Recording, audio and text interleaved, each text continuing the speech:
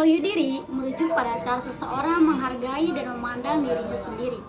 Semakin tinggi value diri, semakin besar rasa percaya diri, keberanian, dan kebahagiaan dalam menjalani kehidupan.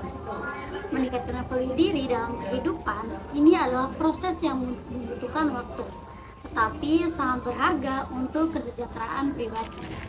Saat kita menghadapi berbagai situasi dalam hidup, seringkali kita dipandu oleh prinsip atau nilai yang kita anggap sangat penting. Nilai-nilai ini tidak hanya membantu kita untuk membuat keputusan, tapi juga menentukan arah dan tujuan hidup kita. Oleh karena itu, penting bagi kita untuk memahami nilai-nilai yang kita pegang teguh dalam perjalanan hidup kita.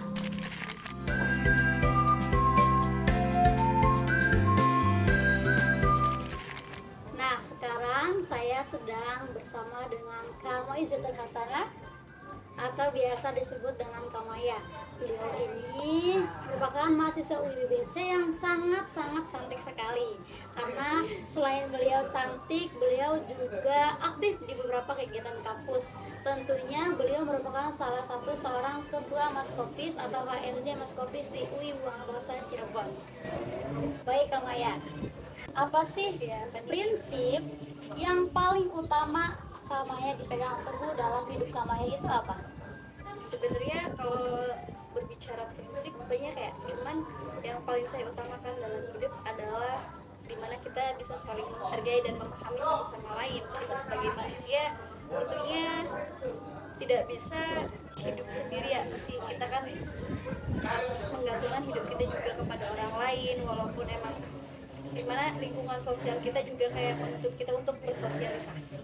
Betul sekali Kak Maya. Nah, zaman sekarang ya kita kan harus terus berkembang, kita harus bertumbuh, harus mengikuti zaman sekarang. Nah, bagaimana sih Kak cara meningkatkan value diri di zaman sekarang Gen Z ini? Itu bagaimana Kak? Saya pribadi ya, untuk peningkatan value sebenarnya kalau dikatakan value saya masih kurang dalam dunia sosial media dan lain sebagainya, tapi mungkin saya sedikit bangga karena dimana saya bisa memahami tentang value saya itu ada pada dalam diri saya sendiri. Iya, betul. Tentunya bagaimana cara kita memahami diri, bagaimana cara kita menghargai diri sendiri, dan bagaimana kita menerima diri kita sendiri.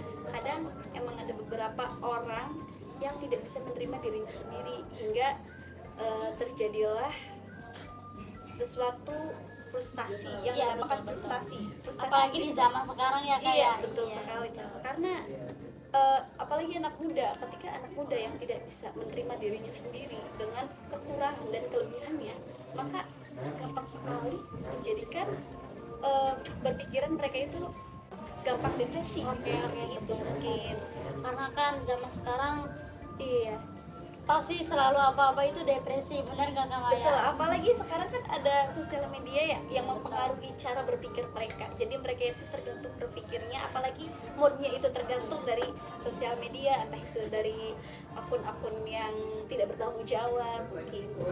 Bagaimana sih cara tantangan Kak Maya dihadapi di zaman Gen Z, apalagi itu yang tadi Kak Maya sebutkan itu apa sama? Bagaimana cara tantangannya? Mungkin kalau saya bisa memulai dari diri sendiri ya, tentunya sebelum kita memberikan energi positif ke orang lain, kayaknya kita harus membentuk energi positif terhadap diri kita sendiri. Entah itu dengan kayak semisalkan kita harus bisa menempatkan diri di mana kita berada, yang pertama itu. Terus juga kita juga harus bisa memahami diri kita sendiri ketika kita sedang emosi, atau misalkan ketika kita emosi tapi kata yang selalu kita ucapkan itu tidak baik ketika emosi, itu kadang ada kan seperti itu.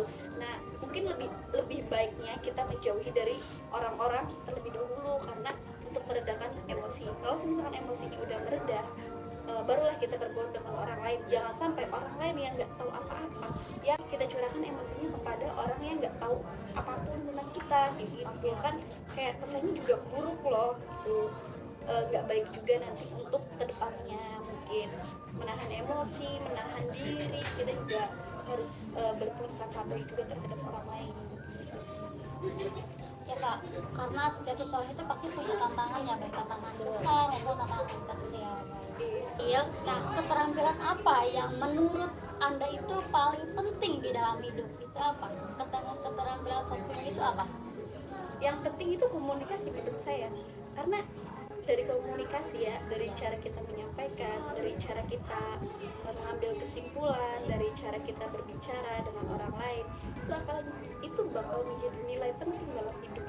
Karena kita nggak bisa cara komunikasi kita seperti ini kita samakan dengan orang Madura. Contohnya ya, orang Madura itu adalah tipikal orang yang kayak bahasanya berbeda, kita bahasanya berbeda, jadi kalau bahasanya bisa makan kan nggak mungkin juga itu kan.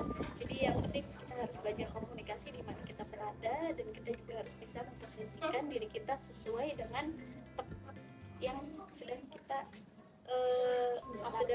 hadapi gitu, situasi atau tempatnya. Oke, terima kasih Kak Maya atas wawasan apa yang telah Anda bagikan.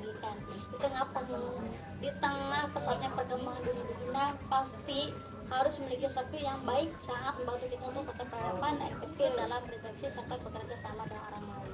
Betul. Mungkin satu pesan untuk teman-teman yang di luar sana, ketika merasa bahwa kalian itu tidak berharga di mata orang lain, tapi ingatlah, ketika dari arah kalian ada lampu merah, berarti ada lampu hijau dari arah kalian. Mungkin itu.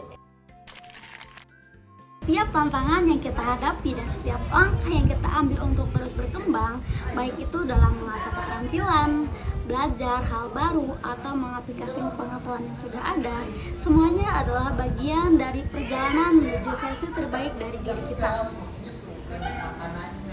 Mari terus berkomitmen untuk tumbuh, belajar, dan beradaptasi dengan perubahan yang ada. Karena hanya dengan itu, kita bisa terus maju dan mencapai tujuan yang kita inginkan. Terima kasih, dan semoga apa yang telah kita